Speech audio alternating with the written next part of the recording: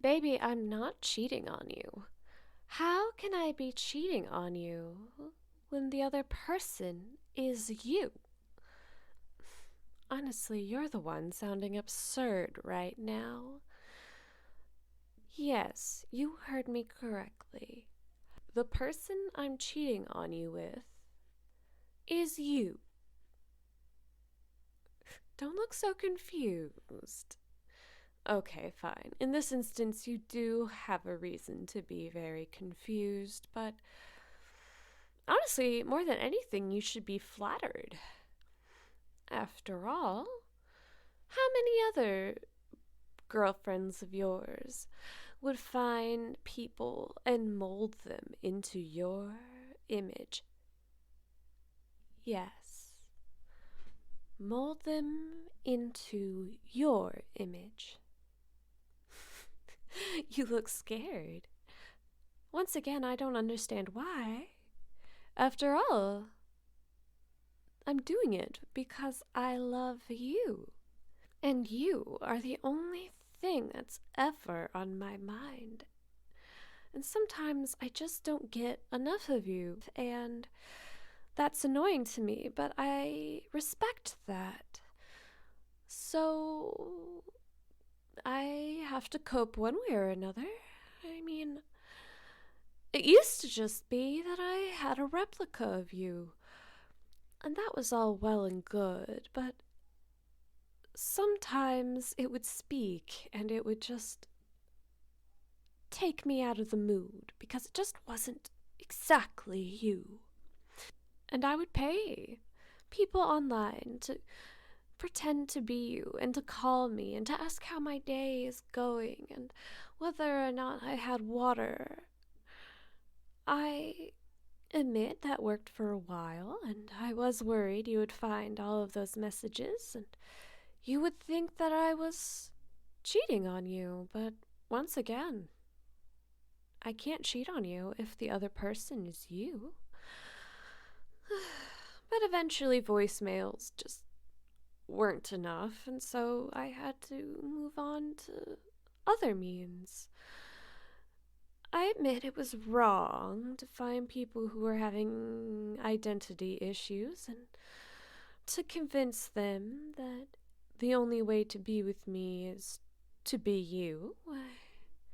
Sure, that was a little bit of a ethical conundrum, but it's not fair to me that there's nothing to distract me because everything, and I mean this, literally everything reminds me of you. How could I be distracted? No. I had to have some kind of physical manifestation of you. Yes, I did take a variety of people and I brought them to the clothes store to wear your exact favorite types of clothes. And then I maybe took them to the hairdresser to copy your style. And then after that, I maybe got those other people to use your exact shampoo, regardless of their hair type, and to get contacts so that they had your exact eye color. I even gave them recordings of you speaking so that way they could copy it exactly, and they could be you. It wasn't as worth it as I wanted it to be, especially seeing you here jealous and angry with me, accusing me of cheating when all I wanted was just you. But the second they would turn their head and the light would hit them a certain way, or the voice would slip, or they would forget to wear your clothes in the exact way that you wear them, down to the wrinkles or not wrinkles, belts or no belts, jewelry or no jewelry. They would always slightly get it wrong, and I admit that infuriated me. Because the dream was so close to becoming reality. But then they reminded me that they're their own person with their own personalities and their own likes, and that annoys me greatly. It's not fair to me. It's simply not fair. Don't look at me like that. I wouldn't be horrified if I were you. I would be happy. After a while, art and poetry, writing, music, it doesn't feed the need. And yes, it is more productive and socially accepted than grooming a bunch of random people to pretend to be the person I love the most, the one thing that is constantly on my mind. But desperate times lead to desperate measures, baby. I mean, of course it's unhealthy. I understand that. But what am I supposed to do? Find something else to think about? Find a hobby? Get a dog or something? No. No. I can't bear the thought of not having you around and not having you on my mind. You belong there in my mind, you know. You're alive in there always. You're always smiling in there. You're always so happy to see me. You're always perfect in there. And nobody else seems to get it right. Even you, sometimes. You don't realize your true potential, and you don't realize your true self. Luckily, you have me here to help with that. I wish I could have helped you with that back when you were alive, but you're always so early to leave, and I'm always so late to arrive. That's all right.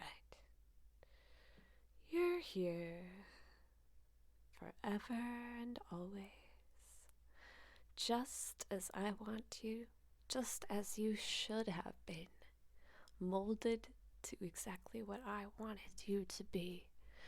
And now I have an army of people pretending to have your grandeur, all willing to bend and break themselves to your perfect image. And wouldn't you be proud of me if you could see all I've accomplished out of love for you, even though you are nothing but bone, here in my bed? Oh, I know what to do. Let's read your favorite books, and you get to choose this time. How about Snow White and the Seven Dwarfs, or Mary Shelley's Frankenstein? What do you think? Oh, eeny, meeny, miny, moe it. Oh, you're always so smart, even when you don't say a word. Eeny, meeny, miny, moe, catch a tiger by the toe. If it wails, let it go. Eeny, meeny, miny, moe. It looks like Snow White and the Seven Dwarfs have it. That's why I admire you so much.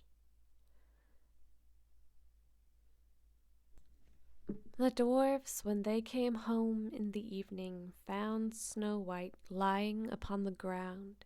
She breathed no longer and was dead. They lifted her up, looked to see whether they could find anything poisonous, unlaced her, combed her hair, washed her with water and wine, but it was all of no use. The poor child was dead and remained dead. They laid her upon a bier, and all 7 of them sat round it and wept for her, and wept 3 days long. Then they were going to bury her, but she still looked as if she were living, and still had her pretty red cheeks.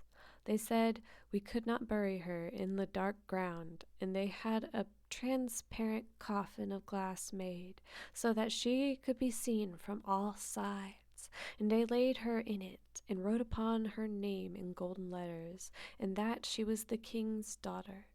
Then they put the coffin out upon the mountains, and one of them always stayed by it, and watched it, and birds came too, and wept for Snow White, first an owl, then a raven, and last a dove.